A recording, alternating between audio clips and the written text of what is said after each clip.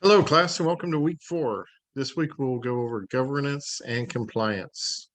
Congratulations, we're at the halfway point or halfway past the halfway point as soon as you get these assignments done this week. So the class will be over before you know it. So continue getting your assignments submitted on time and early, get your discussion posted in early if possible so others can read your discussion and reply.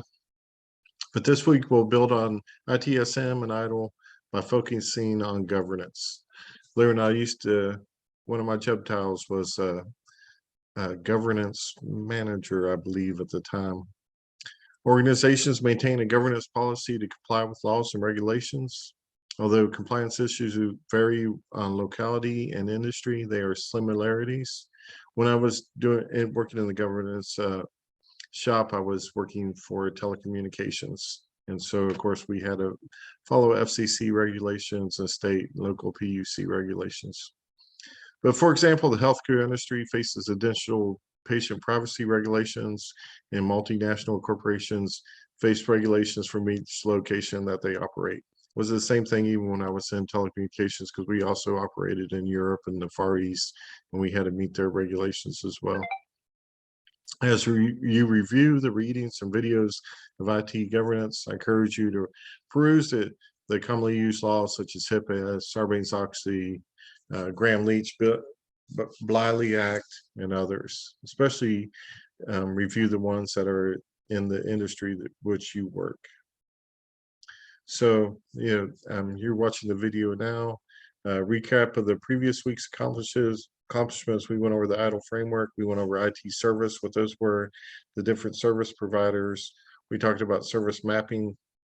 We talked about creating business value through IT service.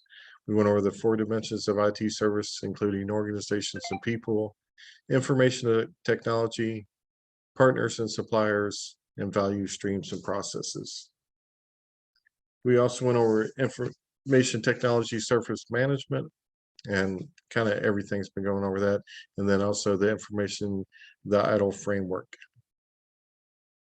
And list that twice because we've been going over that each week, and it falls into the whole course. This week's goals will create a sample governance policy for an IT organization. As we look at governance, there's quite a few readings this week. Chapter 4 is the IDLE value system. Chapter 3 for IT for business is the Roman writing of governance. There's also perceptions of information technology processes among IT decision makers in Thailand, which is a journal article.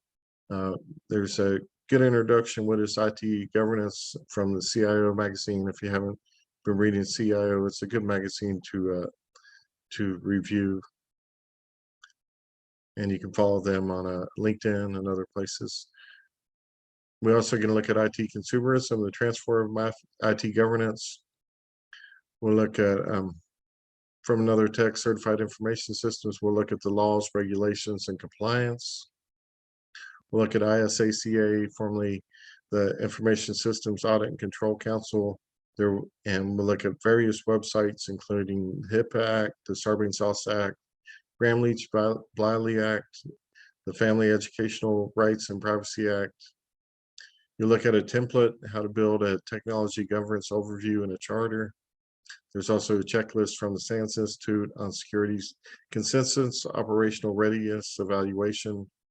There's a white paper that you can read on IT governance, developing a successful governance strategy, best practices. So there's quite a few readings before you begin your discussion on compliance violations. And then the assignments is identifying compliance regulation requirements, and you get to build your own governance policy.